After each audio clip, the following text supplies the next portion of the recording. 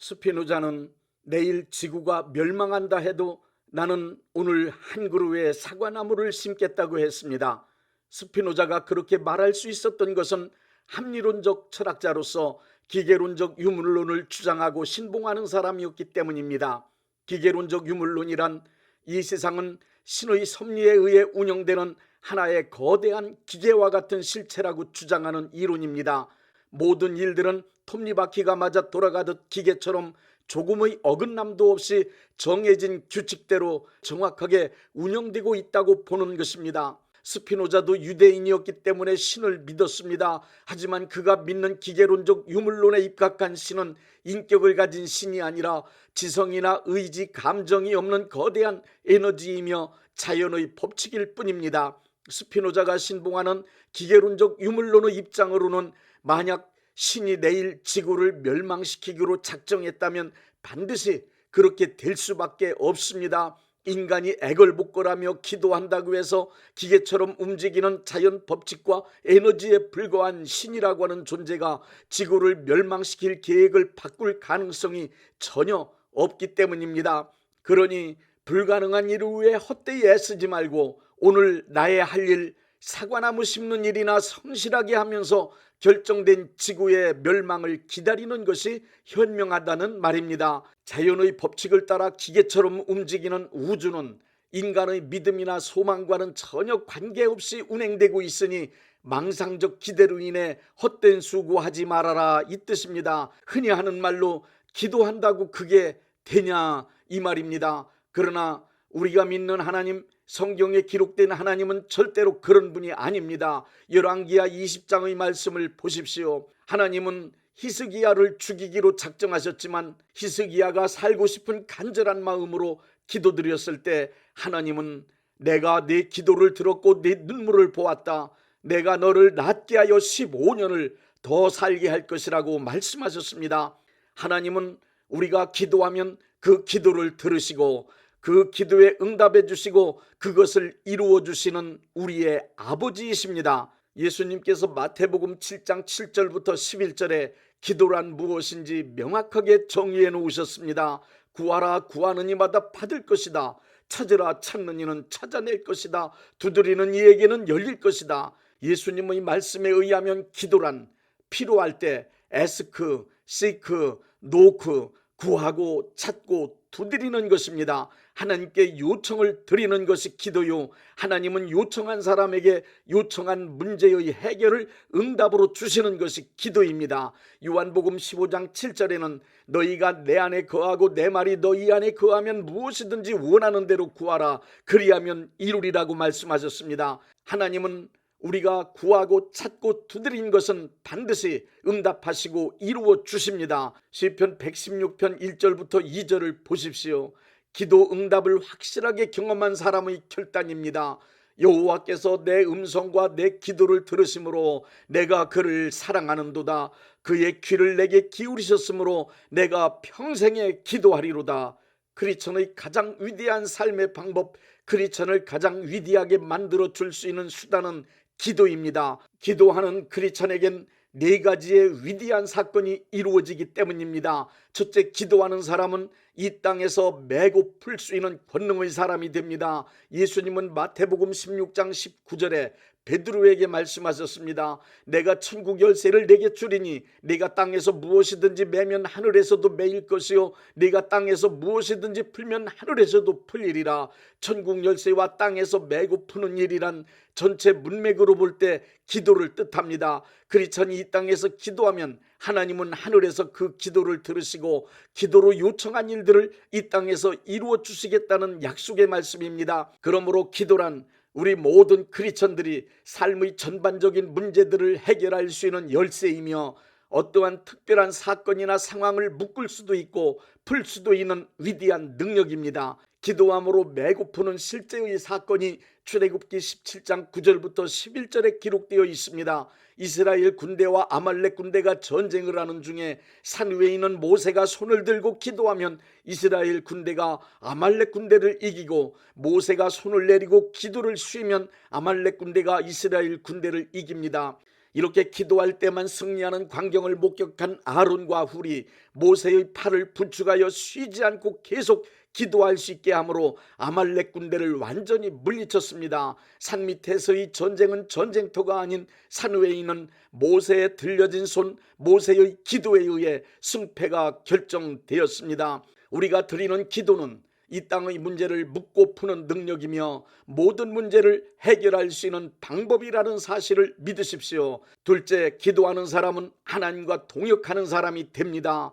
하나님의 뜻이 이 땅에서 이루어지는 4단계가 있습니다. 첫째 단계는 하나님께서 뜻을 세우시는 단계, 둘째 단계는 하나님께서 세우신 뜻을 기도하는 사람들에게 성령의 감동으로 알게 하시는 단계, 셋째 단계는 기도를 통하여 하나님의 뜻을 알게 된 사람이 하나님의 뜻을 소리내어 기도함으로 다시 하나님께 들려드리며 이 세상에 선포하는 단계, 넷째 단계는 기도가 이루어지는 단계입니다. 이렇게 볼 때 기도는 크리스찬이 하나님의 편에 서서 제가 하나님의 뜻에 동의합니다. 하나님의 뜻이 바로 제가 원하는 것입니다. 하나님께서 결정하신 뜻이 이 땅에서 이루어지길 원합니다 하고 선포하는 행위입니다. 크리스찬이 소리내어 기도하는 일은 하나님의 뜻이 이 땅에서 이루어지기 위한 아주 크고 놀라운 법칙이 담겨 있습니다. 에스겔 36장 37절을 보십시오. 이스라엘을 향하여 결정하신 하나님의 뜻은 이스라엘 인구가 양떼처럼 많아지는 것입니다. 그러나 때가 되면 저절로 이스라엘 인구가 양떼처럼 많아질 것이니 그때를 기다리라고 말씀하지 않으셨습니다. 하나님께서 결정하신 뜻이 이 세상에서 현실로 이루어지려면 이스라엘 백성들이 입으로 소리내어 인구가 양떼같이 많아지기를 구하는 기도가 필요하다고 분명하게 말씀하셨습니다. 이스라엘 백성들이 기도한 이후에 하나님의 뜻을 이루시어 그 인구를 양떼같이 많게 해주시겠다는 것입니다. 사도행전 1장과 2장에서는 성령님이 이 땅에 오시기로 약속된 하나님의 뜻이었지만 마가의 다락방 120명의 기도가 필요했습니다. 하나님의 뜻을 알고 있는 사람이 이 땅에 수없이 많이 있다 하여도 기도하는 사람이 없다면 하나님은 세우신 그 뜻을 이 땅에서 이루시지 않으십니다. 그런 의미로 보면 하나님의 뜻이 이 땅에서 이루어지기 원하여 소리내어 기도하는 것을 하나님과 동역하는 것이라고 할 수 있습니다. 또한 하나님의 뜻이 이루어지기를 소리내어 기도하는 사람을 하나님의 일을 하는 사람이라고 할 수 있습니다. 하나님의 일을 한다는 말과 기도한다는 말은 동의어입니다. 그러므로 하나님의 뜻을 알게 된 사람은 그 뜻이 이 땅에서 이루어지기를 하나님께 기도를 통하여 간절히 요청드려야 합니다. 어떤 때는 하나님께서 하시는 일이 늦어진다고 생각이 들 때가 있습니다. 일이 늦어질 때 하나님께서 일을 지연시키신다고 원망하거나 낙심하지 말고 혹시 내가 기도를 쉬고 있지는 않은지 자신의 기도 생활을 점검해 봐야 합니다. 우리가 기도하기 전까지는 아무리 중하고 급하신 뜻이라 하여도 하나님은 일을 진행하시지 않으십니다. 이사야 62장 6절부터 7절을 보십시오.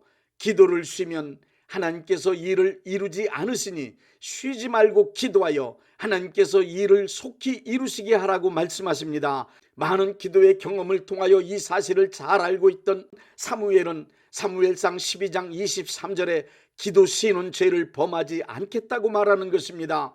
기도 쉬면 일이 늦어집니다. 하나님은 뜻을 결정하시고 크리스찬은 기도하는 일로 하나님과 동역하는 사람입니다. 그러므로 크리스찬은 이 땅에서 하나님의 뜻이 속히 이루어질 수 있도록 쉬지 말고 기도해야 합니다. 셋째, 기도하는 사람은 하나님이 사용하시는 사람이 됩니다.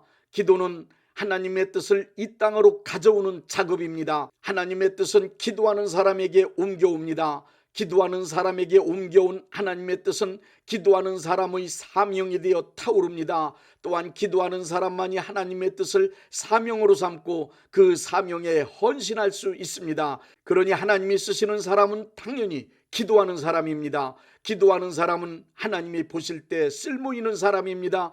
그래서 늙었어도 학력, 능력, 인맥, 재능이 없어도 기도하면 할 일이 많아집니다. 일의 범위가 넓어집니다. 훌륭한 사람, 위대한 사람이 될 수 있습니다. 기도하여 하나님의 일을 자기의 삶으로 가져왔기 때문입니다. 하나님의 입장에서 쓸모없는 사람이란 기도하지 않는 사람입니다. 기도하지 않는 사람은 하나님의 뜻을 모르기 때문에 자기 감정과 의견을 관철시키려는 욕심에 사로잡힌 고집만 부리게 됩니다. 일을 하더라도 자기에게 이득되는 일만 합니다. 기도하지 않는 사람은 고작해야 자기 자신의 일밖에 할 것이 없습니다. 먹고 살기 위해 사람의 일만 하느라고 무척 바쁘게 살다 인생을 허무하게 마칩니다. 기도하지 않는 사람은, 특히 하나님의 일을 해야만 하는 교회에서는 진짜 쓸모없는 사람입니다. 그러니 기도하지 않는 크리스천은 불쌍한 사람입니다. 기도하는 사람만이 하나님의 나라를 위하여 이 세상의 모든 이들을 위한 가장 의미 있는 선하고 의롭고 진실하고 거룩한 귀한 일들을 할 수 있습니다. 넷째, 기도하는 사람은 하나님과 함께 마귀의 일을 괴멸시키는 사람이 됩니다. 기도 많이 하는 사람은 성령 충만한 사람이 됩니다. 성령 충만한 사람에겐 영적 능력이 나타납니다. 영적 능력 있는 크리스찬이 되어야만 마귀의 역사를 괴멸시키는 일에 쓰임받을 수 있습니다. 오직 기도하는 사람만이 예수 이름으로 마귀와 그의 세력을 쫓아낼 수 있는 능력의 사람이 될 수 있습니다. 베드로전서 5장 8절의 우는 사자같이 삼킬 자를 찾고 있는 마귀를 대적하라는 말씀은 기도하는 사람에게나 해당되는 일입니다. 다니엘서 6장을 보십시오. 다니엘은 사자굴에 던져졌지만 사자가 얼씬도 하지 못했습니다. 굶주린 사자의 입이 막혔습니다. 다니엘이 하루에 3번 예루살렘을 향하여 창문 열고 기도한 결과입니다. 기도하지 않는 사람은 마귀의 세력이 존재한다는 것을 알지도 못합니다. 마귀의 존재를 안다 하여도 오히려 마귀를 두려워하며 마귀를 회피합니다. 마귀를 담대하게 대적하려면 기도하는 사람이 되어야 합니다. 크리스찬이 기도하는 최종 목적은 예수님과 연합하여 이 땅에서 마귀를 괴멸시키고 하나님의 나라를 이룩하는 것입니다. 그러니 마귀는 당연히 기도하는 사람을 미워하며 기도를 방해하는 것입니다. 그러므로 크리스찬은 마귀의 세력을 대적하여 쫓아내야만 합니다. 그리고 이 땅에서 마귀의 권세가 다 쫓겨나고 예수님이 왕으로 다스리는 하나님의 나라가 속히 임하기를 기도해야 합니다.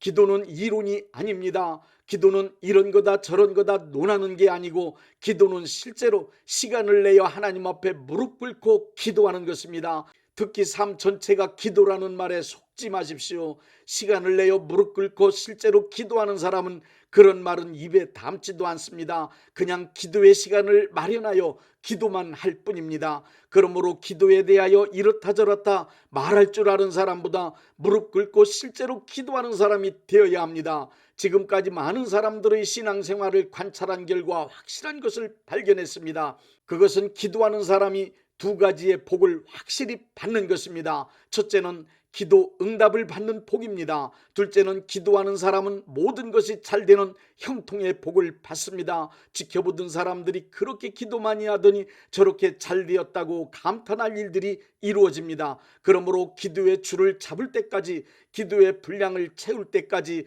기도가 내 품으로 돌아올 때까지 시간을 정해놓고 규칙적으로 그리고 무시로 기도합시다. 기도하는 사람은 얻을 수 있습니다. 기도하는 사람은 찾을 수 있습니다. 기도하는 사람에겐 열립니다. 예레미야 33장 2절부터 6절은 우리를 향하여 기도하라고 말씀하십니다. 이를 행하시는 여호와, 그것을 만들며 성취하시는 여호와, 그의 이름을 여호와라 하는 이가 이와 같이 이르시도다. 너는 내게 부르짖으라. 내가 내게 응답하겠고 내가 알지 못하는 크고 은밀한 일을 내게 보이리라. 누가복음 11장 13절에는 너희가 악한 자라도 좋은 것으로 자식에게 줄 알거든 하물며 하늘에 계신 너희 아버지께서 구하는 자에게 좋은 것으로 주시지 않겠느냐 하고 말씀하셨습니다.